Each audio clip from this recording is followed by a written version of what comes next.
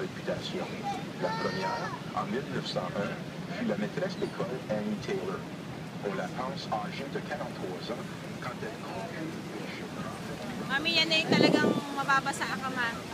Oo nga eh. Ito na En yung ano ko. 1960, un incident presque incroyable eut lieu.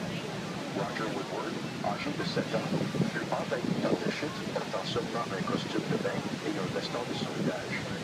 Miraculeusement, il survécut.